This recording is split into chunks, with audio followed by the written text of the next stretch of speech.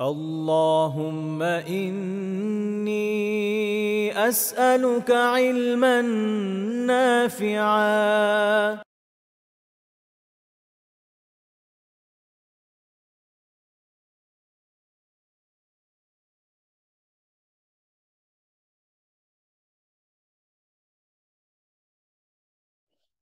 السلام عليكم ورحمة الله وبركاته. الحمد لله رب العالمين والصلاة والسلام على رسوله الأمين وعلى آله وصحبه أجمعين ومن تبعهم بإحسان إلى يوم الدين. أما بعد، فأعوذ بالله من الشيطان الرجيم. بسم الله الرحمن الرحيم. وذر الذين اتخذوا دينهم لعبا ولهوا وغرتهم الحياة الدنيا وذكر به أن تبصر نفس بما كسبت ليس لها من دون الله ولي ولا شفيع وإن تعدل كل عدل لا يؤخذ منها أولئك الذين أبصلوا بما كسبوا لهم شراب من حميم وعذاب أليم بما كانوا يكفرون. আল্লাহ সুবহানাহু ওয়া তাআলার বিশেষ মেহেরবানি, কুরআন মাজিদ পড়ে জেনে বুঝে শিরোনামে 187তম দিনের মতো কুরআন মাজিদের হালাকায় তিনি আমাদেরকে বসবার তৌফিক দিয়েছেন। আমরা আল্লাহ সুবহানাহু ওয়া তাআলার শুকরিয়া আদায় করছি, আলহামদুলিল্লাহ। আজকে আমরা সূরা আল-আনআমের মূলত 71 নম্বর আয়াত থেকে তিলাওয়াত করব। তবে আলোচনার ধারাবাহিকতায় আমরা 70 নম্বর আয়াত থেকে শুরু করছি। আল্লাহ রাব্বুল আলামিন বলেন, ওয়াদারিল্লাযীনা ইত্তাখাযু দীনাহুম লাইবান ওয়া লাহওয়ান ওয়া গাররাতহুমুল হায়াতুদ দুনিয়া ওয়া যাক্কির বিহি আন তুবসালা নাফসুম বিমা কাসাবাত লাইসা লাহা মিন দুনিল্লাহি ওয়ালিয়্যুন ওয়ালা শাফিয়া ওয়া ইন তা'দিল কুল্লা আদলিন লা ইউখায মিনহা উলাইকাল্লাযীনা উরসিলু বিমা কাসাবু লাহুম শারাবুম মিন হামিমিন ওয়া আযাবুন আলীমুম বিমা কানু ইয়াকফুরুন। যে যা তাদের দিনকে খেলতামাশা বানিয়ে নিয়েছে, যে দিন হওয়া দরকার ছিল তাদের সিরিয়াসের একটা বিষয়, সিরিয়াসের কোন একটা ইস্যু, সেই দিন তাদের কাছে খেলতামাশের ব্যাপার। মন চাইলো খেললাম, মন চাইলো খেললাম না, তামাশা বানিয়েছে। এবং পার্থিব জীবন যাদেরকে ধোঁকায় ফেলেছে, তুমি তাদেরকে পরিহার করো। এই আয়াত প্রমাণিত করে, বা এই আয়াত থেকে আমাদের বড় শিক্ষা হচ্ছে, যারা দুনিয়াদার, দুনিয়া নিয়ে যাদের সমগ্র ব্যস্ততা, হ্যাঁ, একই সাথে দুটো বিষয়কে আপনি সমানভাবে প্রাধান্য দিবেন, এটা হতে পারে না। হয় দুনিয়া আপনার কাছে প্রাধান্য পাবে, কিংবা দিন প্রাধান্য পাবে। খুব কম মানুষের কাছেই দুনিয়া দিন দুটো একসাথে ধরা দেয়। দুনিয়া ইনকাম করা সহজ, খুবই সহজ। দিনের উপর চলা, দিনকে আপন করে নেওয়া, দিনকে মান্য করা আরো সহজ। দুনিয়াদাররা যে সুখ পায় না, দিনদাররা তার চেয়ে অনেক বেশি সুখ পায়। তো দুনিয়া অর্জন করা সহজ, দিন অর্জন করা আরো সহজ। কিন্তু কঠিন হচ্ছে হালাল উপায়ে দিন অর্জন করা। কঠিন হচ্ছে হালাল উপায়ে দিন অর্জন করা। একজন সরকারি কর্মকর্তা তিনি সেদিন বলছেন যে আমি যে গাড়িতে চড়ি, এই গাড়ির দাম হচ্ছে 30 লাখ টাকা, যেটা আমার 5 বছরের ইনকামের সমান, যেটা আমার 5 বছরের ইনকামের সমান। এখন বলেন যে 5 বছর ইনকাম করতে হবে শুধুমাত্র গাড়ি কেনার জন্য, খাওয়া দাওয়া, বাসা ভাড়া, সন্তানের পড়ালেখা সমস্ত কিছু বাদ দিলে, তাহলে কি আমার পক্ষে জীবনে গাড়ি কেনা সম্ভব? সম্ভব না। তাহলে তাকে কি করতে হয়েছে? এই গাড়ির জন্য তাকে হালাল উপায়ে, যেহেতু হারাম উপায়ে যাওয়ার সুযোগ নাই, হারাম উপায় হলে তো ঘুষ দিয়ে কিনা খুবই ইজি, হালাল উপায়ে তাকে বিজনেস করতে হচ্ছে। ফজরের পর থেকে রাত পর্যন্ত তাকে পরিশ্রম করতে হয়। এই ব্যবসা সেই ব্যবসা, নানাবিধ ব্যবসার সঙ্গে তিনি জড়িত। উদ্দেশ্য হচ্ছে তার গাড়ি হয়েছে, হালাল উপায় হয়েছে, কিন্তু এই জন্য তাকে প্রচুর পরিশ্রম করতে হয়েছে। যেটা উদ্দেশ্য সেটা হচ্ছে যে হারাম ভাবে দুনিয়া উপার্জন করা সহজ, দিন গ্রহণ করা আরো অনেক বেশি সহজ। হালাল উপায়ে দিনের সাথে দুনিয়া গ্রহণ করা এটা সহজ নয়। তো একসাথে দিন পাওয়া যাবে, সবসময় দুনিয়াও পাওয়া যাবে এমন নাও হতে পারে। তো দিন যাদের কাছে সিরিয়াসনেসের বিষয় নয়, বরং দুনিয়া সিরিয়াসনেস, আর দিন হচ্ছে খেল তামাশা, এ ধরনের দিনদার দুনিয়াদারদের থেকে আমাদের পরিহার করে চলা উচিত।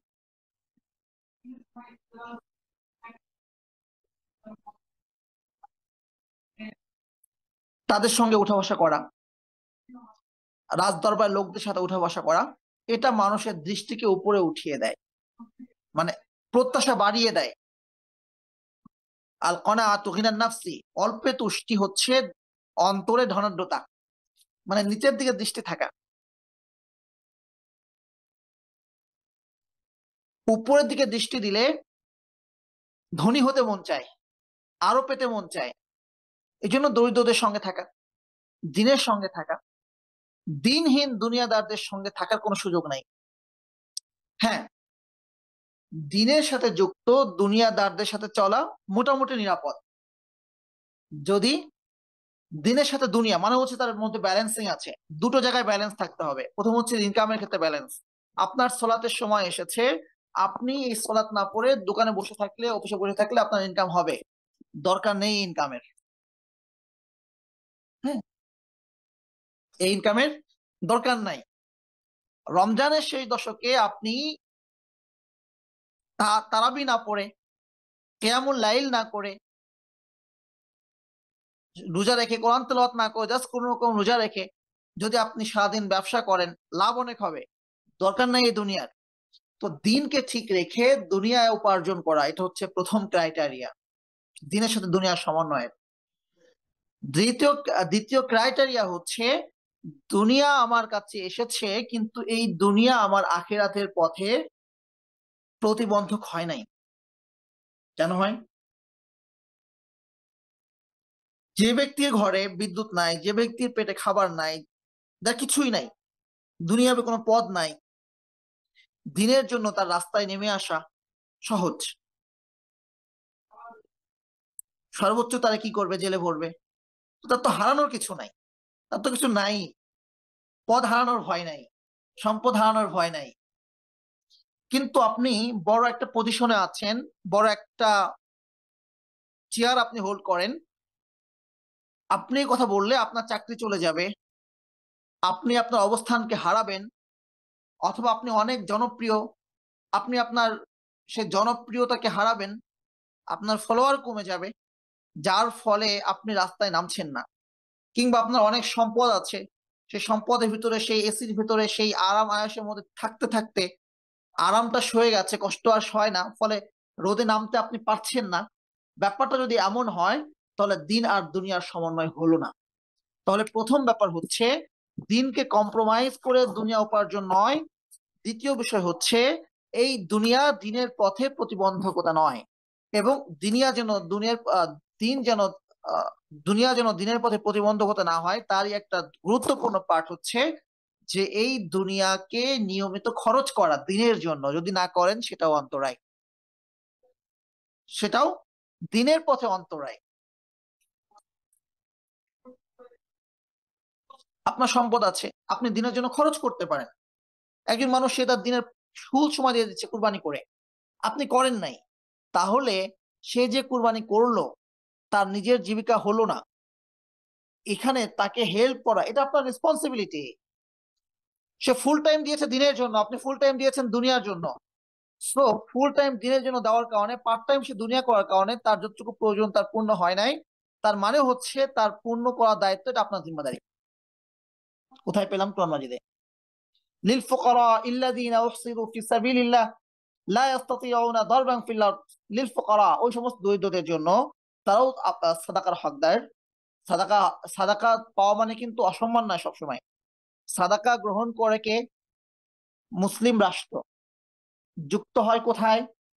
বাইতুল মালে। দুনিয়া বা সেকুলার রাষ্ট্র ব্যবস্থা আমাদের কাছ থেকে যে ট্যাক্সটা গ্রহণ করছে, এটা আপনাকে দায় মুক্তি দিবে, অন্য কোনো রিওয়ার্ড আপনাকে দিবে না। আপনি ট্যাক্স দিচ্ছেন, আপনাকে দায় মুক্তি দিচ্ছে, আর কিচ্ছু না। কিন্তু ইসলামিক রাষ্ট্র আপনার কাছ থেকে যেটা নিচ্ছে সেটা সাদাকা। নট অনলি দায় মুক্তি, আপনি রিওয়ার্ড পাচ্ছেন, আপনি জাযা পাচ্ছেন, আপনি সওয়াব পাচ্ছেন, এবং সেটা আপনি যা দিয়েছেন সাবা সানাবিল, হ্যাঁ, 7টা শীষ হচ্ছে। একটা দানা 7টা শীষ হয়ে যাচ্ছে, এবং 7টা দানা হচ্ছে, 7টা শীষ হচ্ছে, এবং 7টা শীষের মধ্যে কতগুলো দানা আছে? 700, 800, 900, 1000, 1000, 70,000, তার মানে হচ্ছে বহু গুণে সেই রেওয়ার্ডটা বৃদ্ধি পাচ্ছে এবং সেটা আপনি পাচ্ছেন। এটা হচ্ছে সেকুলার রাষ্ট্র আর ইসলামী রাষ্ট্রের মধ্যে পার্থক্য। সে আপনার কাছ থেকে আপনাকে দায় মুক্তি দিচ্ছে, আর ইসলামী রাষ্ট্র আপনার কাছ থেকে সাদাকা নিচ্ছে। তো ইসলামী রাষ্ট্র সাদাকা নিচ্ছে, কাকে দিবে? কেউ এ কথা বলে না, কেউ এ কথা বলছে না যে যেই পুলিশটা সরকারি বেতন নেয় সে জনগণের কাছ থেকে খয়রাতি করে নিচ্ছে, জনগণের টাকায় চলছে, এটা অসম্মান। কেউ বলছে না, রাষ্ট্র দিচ্ছে তাকে, কেউ কথা বলছে না। অথচ রাষ্ট্র পায় কোথায়? জনগণের কাছ থেকে নিচ্ছে, কখনো কখনো বইয়ের বিশ্ব থেকে ডোনেশন নিচ্ছে। যেই শিক্ষক প্রাইমারিতে পড়িয়ে 25,000 টাকা স্যালারি নিচ্ছে, কেউ এ কথা বলছে না, কেউ এ কথা বলছে না যে সে জনগণের কাছ থেকে ভিক্ষা নিচ্ছে। দিচ্ছে কে? রাষ্ট্র। রাষ্ট্র কোথায় পেয়েছে? জনগণের কাছ থেকেই নিচ্ছে। কমিউনিটি বেসড কিছু মাদ্রাসা যা জনগণের অর্থায়নে চলে, সাদাকা নিয়ে চলে, আমাদের সমস্ত কথা সেখানে যে কেন সাদাকা নিয়ে চলতে হবে, একটা প্রতিষ্ঠান কেন এস্টাবলিশ হতে পারে না, একটা প্রতিষ্ঠান কেন নিজে পায়ে দাঁড়াতে পারে না, কেন ব্যবসা করতে পারে না। আপনি ব্যবসা করছেন, আপনি ব্যবসা করে আপনি আপনার পাঁচজনের একটা সংসার চালাইতে পারেন না, স্বামী স্ত্রী আর 3 সন্তান, 5 জনের একটা সংসার চালাইতে পারতেছেন না ব্যবসা করে।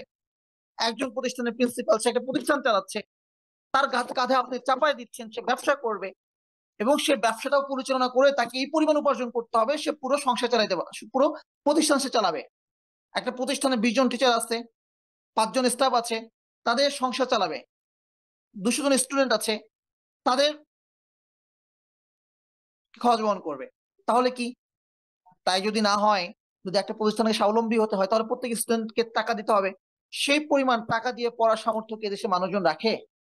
প্রত্যেক অভিভাবক, আপনি আহ রিক্সায় যেতে পারেন না বলে, আপনি সিএনজি ব্যবহার করতে পারেন না বলে, আপনি বাস ব্যবহার করতে, আপনি প্রাইভেট কার ব্যবহার করতে পারেন না বলে আপনি বাস ব্যবহার করছেন।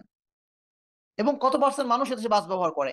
90% মানুষের পার্সোনাল গাড়ি নাই, তাকে বাস ব্যবহার করতে হচ্ছে, তাকে মেট্রো রেল ব্যবহার করতে হচ্ছে, রেল ব্যবহার করতে হচ্ছে 90% মানুষ। তাহলে এই 90% মানুষ কেন ব্যবহার করছে? তার টাকার ঘাটতির কারণে। এদের মধ্যে কত পার্সেন্ট মানুষ আহ সামর্থ্য রাখে তার সন্তানের সারা বছরে যে পরিমাণ খরচ হয় সেই খরচ বহন করার? কতজন টিচার পরিশ্রম করছে সারা মাস? প্রতিষ্ঠানে ভাড়া, কতজন স্টাফ খাচ্ছে? একজন সিএনজিওয়ালা যে অশিক্ষিত, তাকে নিয়ে আমি এখান থেকে 5 কিলো যাচ্ছি, তাকে আমি 300 টাকা দিয়ে দিচ্ছি এই সামান্য সময়ের ভাড়া বাবদ, তাকে আমি $200 দিয়ে দিচ্ছি কয়েক ঘন্টার ভাড়া বাবদ। দিচ্ছি কি দিচ্ছি না? দিচ্ছি। তাহলে আমার সন্তানের জন্য এতগুলো টিচার সারা মাস খাচ্ছে, একটা প্রতিষ্ঠান সারা মাস ব্যবহৃত হচ্ছে, তার ফিটা কেমন হতে পারে? সেই ফি দেওয়ার সামর্থ্য কতজন রাখে? তাহলে কি তারা শিখবে না? শিখবে। কে দিচ্ছে? রাষ্ট্র দিচ্ছে। রাষ্ট্র কোথায় পাচ্ছে? জনগণের টাকায়। যদি নিজের পরিশ্রম দিয়ে করতে হতো, তাহলে গ্রামের যেই প্রাইমারি স্কুলের টিচার আছে সবাই না খেয়ে মরতো। দিচ্ছে কে? রাষ্ট্র দিচ্ছে। তো রাষ্ট্র সবাইকে দিচ্ছে, রাষ্ট্র সমস্ত শিক্ষা ব্যবস্থার দায় নিয়েছে, ইসলামের শিক্ষা ব্যবস্থার দায় নাই। আর আপনি মহাজ্ঞানী হয়ে গিয়েছেন, একটা শিক্ষা প্রতিষ্ঠানকে স্বাবলম্বী হতে পারে, হ্যাঁ হতে পারলে ভালো, কিন্তু ততটুকু সামর্থ্য কতজন রাখে? এবং স্বাবলম্বী হওয়ার জন্য কি পরিমাণ পুঁজি প্রয়োজন সেখানে আছে, দরকার, প্রয়োজন। কিন্তু যে কথা আমি বলতে চাইছি, তাহলে এই শিক্ষা প্রতিষ্ঠানগুলো কিভাবে চলবে? এই দায় আপনার।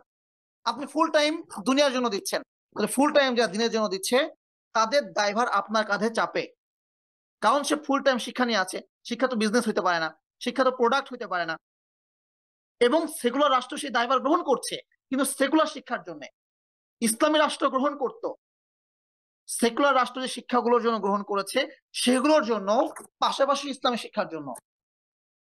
ইসলামী খেলাফায় কি সায়েন্সের অগ্রগতি হয়নি? ইসলামী খেলাফায় কি ইতিহাসের অগ্রগতি হয়নি? ইসলামী খেলাফায় কি সাহিত্যের অগ্রগতি হয়নি?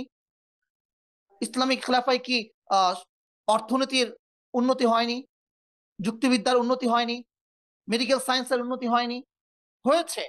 পাশাপাশি দ্বীনি শিক্ষার উন্নতি হয়েছে, এবং সমস্ত দায়ভার গ্রহণ করেছে হচ্ছে রাষ্ট্র। এই রাষ্ট্র এসে, সেকুলার রাষ্ট্র এসে সমস্ত দায়ভার গ্রহণ করছে ইসলাম ছাড়া, ইসলামের কোনো বিশেষ দায়িত্ব গ্রহণ করছে না। তাহলে রাষ্ট্র যখন ছেড়ে দিল, মুসলিমরা কি ছাড়তে পারে? রাষ্ট্রকে আপনি দিচ্ছেন, রাষ্ট্র সেখানে দিচ্ছে, আপনি বাধ্য হয়ে দিচ্ছেন, তাহলে এখানে দেওয়ার দায়িত্ব আপনার। কারণ কেউ না কাউকে তো ফুল টাইম দিতে হবে। একটা অফিসে সবাই পার্ট টাইম জব করে, সেই অফিস কেমনে চলবে? একটা অফিসে সবাই পার্ট টাইম জব করে, সেই অফিস কেমনে চলবে? একটা দিনের একটা দলে সবাই পার্ট টাইম কর্মী, তাহলে সেই দল কেমনে চলবে? প্রতিটা সংগঠনে কিছু মানুষ থাকে যারা একদম জীবনটা বিলাই দেয় সেই সংগঠনের জন্য, কিছু মানুষ থাকে। তো একটা দিনের জন্য কিছু মানুষ থাকবে জীবন বিলিয়ে দিবে, যাদেরকে বলা হবে শহীদ, যারা আবদ্ধ দিনকে নিয়ে, যারা মুজাহিদিন, যারা মুকাতিলিন, যারা মুবাল্লিগিন, যারা মুআল্লিমিন। থাকবে একটা শ্রেণী যারা মুআল্লিফিন, ইসলাম রচনা নিয়ে, দাওয়া নিয়ে যারা ব্যস্ত রয়েছে থাকবে। তাদের দায়ভারও ইসলামিক রাষ্ট্রের, এবং সেটা গ্রহণ করেছে। যদি সবাই পার্ট টাইম হয়ে যায়, সবাই দুনিয়া নিয়ে পড়ে থাকে, তাহলে এই দিনের কাজগুলো কারা করবে? কমন বিষয়। লিল ফুকারা ইল্লাযিনা, তাদের অর্থ নাই তাই ফুকারা বলা হচ্ছে, এটা অসম্মানজনক শব্দ নয়। আল্লাহর দিনের তার আবদ্ধ হয়ে আছে। তাহসাবুহুমুল জাহিল, আমাদের দায়িত্ব ছিল গাজার প্রতিটা মানুষকে সে পরিমাণ খাওয়ানো, সে পরিমাণ অস্ত্র দেওয়া, আমাদের দায়িত্ব ছিল। কতটুকু করছি? দিনী প্রতিষ্ঠানগুলোর, সমমনয় প্রতিষ্ঠানগুলোর পৃষ্ঠপোষকতা করা কতটুকু করছি? দায় কি ছিল না? ছিল। আল্লাহ আমাদেরকে হেফাজত করুন। তো যে কথা বলা উদ্দেশ্য, যে যারা শুধু দুনিয়াদার তাদেরকে পরিহার করো। ওয়াদাক্কির বিহি আন তুবসিলা নাফসুম বিমা কাসাবাত, এবং এই কোরআন দিয়ে উপদেশ দাও। পরিহার করো মানে যে দাওয়াত দেওয়া বন্ধ করে দিতে হবে সেটা নয়। যেন পাপের কারণে তাকে যেই সাজাটা দেওয়া হবে সেটা সেটা সে বেঁচে যেতে পারে। লাইসা লাহা মিন দুনিল্লাহি ওয়ালিয়্যুন ওয়ালা শাফিয়া। হ্যাঁ,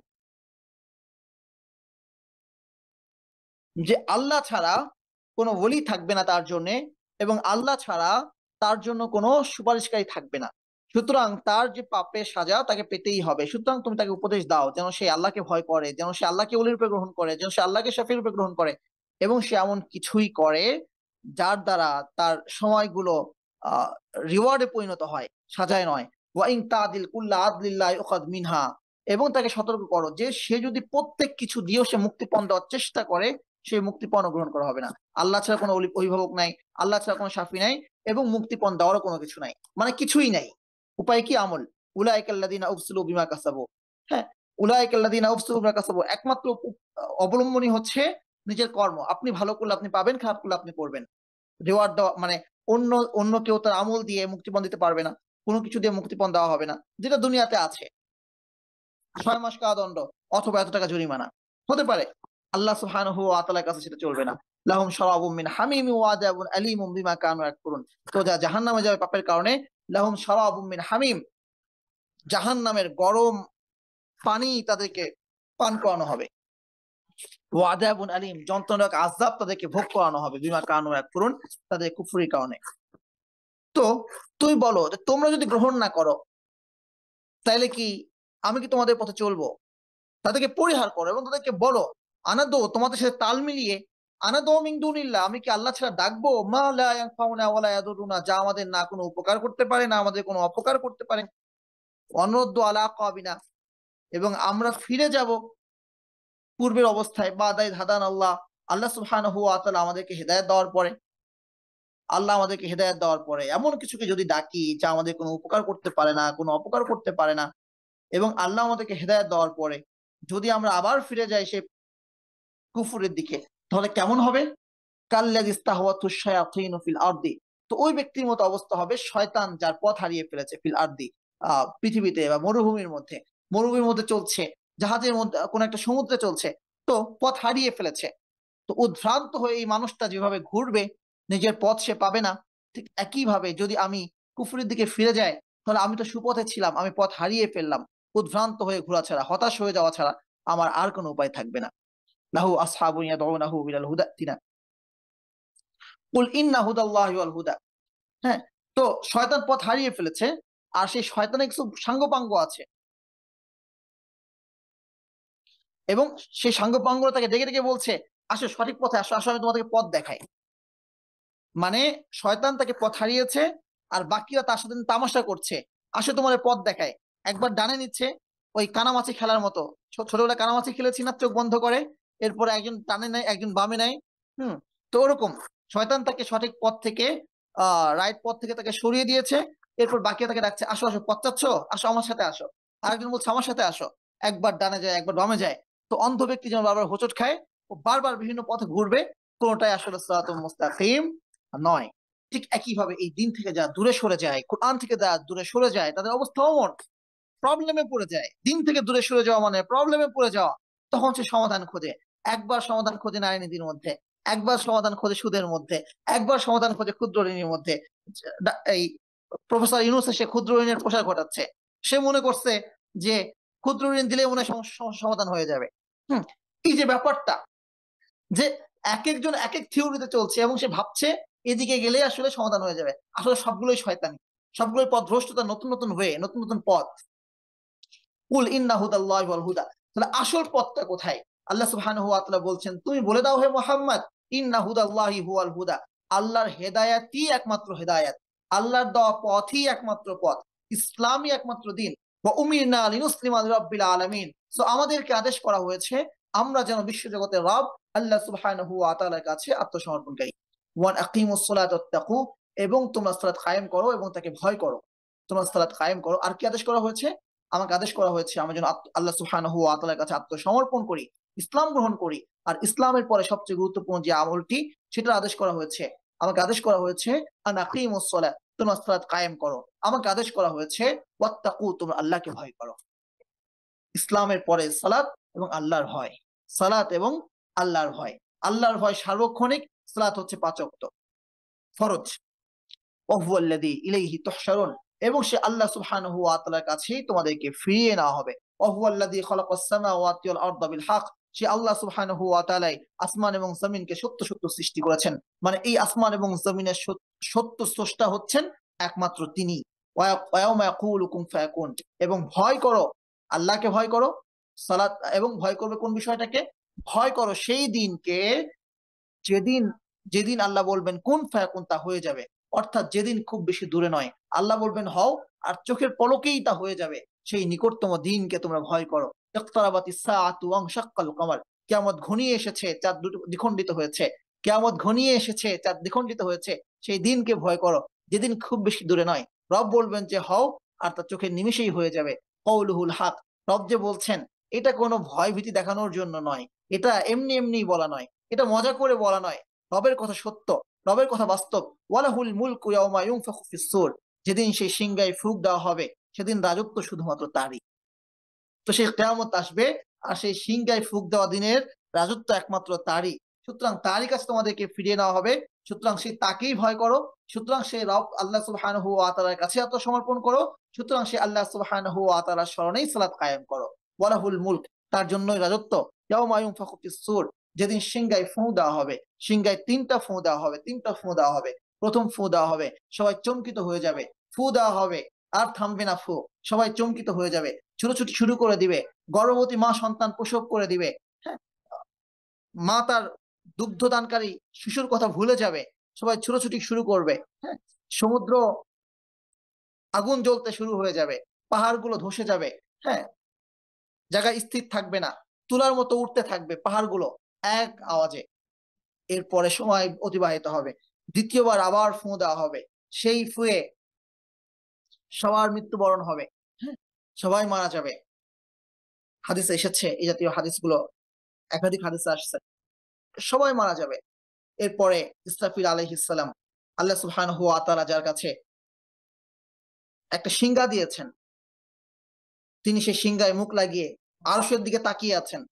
তখন আল্লাহ সুবহানাহু ওয়া তাআলা আদেশ করবেন, ইসরাফিল আলাইহিস সালাম আল্লাহ সুবহানাহু ওয়া তাআলার সেরা ফেরেশতাগণের একজন, আল্লাহ সুবহানাহু ওয়া তাআলার দিকে তাকিয়ে আছেন, আরশের দিকে তাকিয়ে আছেন, আফওয়ান আরশের দিকে তাকিয়ে আছেন। তখন আল্লাহর আদেশ আসবে। আদেশ আসা মাত্রই ফুঁ দিবেন। দ্বিতীয় ফুঁ দেওয়া হবে, সব মারা যাবে। ইসরাফিল আলাইহিস সালাম এসে বলবেন যে সবাই মারা গিয়েছে। আল্লাহ বলবেন আর কেউ কি বাকি আছে? আল্লাহ তো ভালোই জানেন। তখন আল্লাহ ইসরাফিল আলাইহিস সালাম বলবেন যে আরশ বহনকারী ফেরেশতা বেঁচে আছে, জিবরিল বেঁচে আছে, মিকাইল বেঁচে আছে, আর আমি বেঁচে আছি। আল্লাহ সুবহানাহু ওয়া তাআলা তাদেরও জান কবজ করার আদেশ করবেন। এমনকি মালাকুল মাউত মারা যাবে। হ্যাঁ, ইসরাফিল আলাইহিস সালাম মারা যাবেন। তৃতীয়বার আল্লাহ সুবহানাহু ওয়া তাআলা আবার তাকে জীবন্ত করবেন, সে আবার ফু দিবে, এবং সেই ফুয়ে কিয়ামত কায়েম হয়ে যাবে। ৩ ফু। আল্লাহ সুবহানাহু ওয়া তাআলা সেই কথা বিভিন্ন জায়গায় বলেছেন, তো আল্লাহ সুবহানাহু ওয়া তাআলা আমাদেরকে সেই কিয়ামতকে ভয় করার তৌফিক দান করেন। হ্যাঁ, আলিমুল গায়বি ওয়াশ শাহাদা, তিনি গায়েবের ব্যাপারেও জানেন, যা কিছু চাক্ষুষমান সে সমস্ত বিষয়ও জানেন। ওয়া হুয়াল হাকিমুল খাবীর, তিনি মহাজ্ঞানী এবং সমস্ত কিছু সম্পর্কে সম্যক অবগত। আল্লাহ সুবহানাহু ওয়া তাআলা আমাদেরকে যতটুকু তেলাওয়াত করা হলো ৭৩ নম্বর আয়াত পর্যন্ত আমাদেরকে আমল করার তৌফিক দান করেন।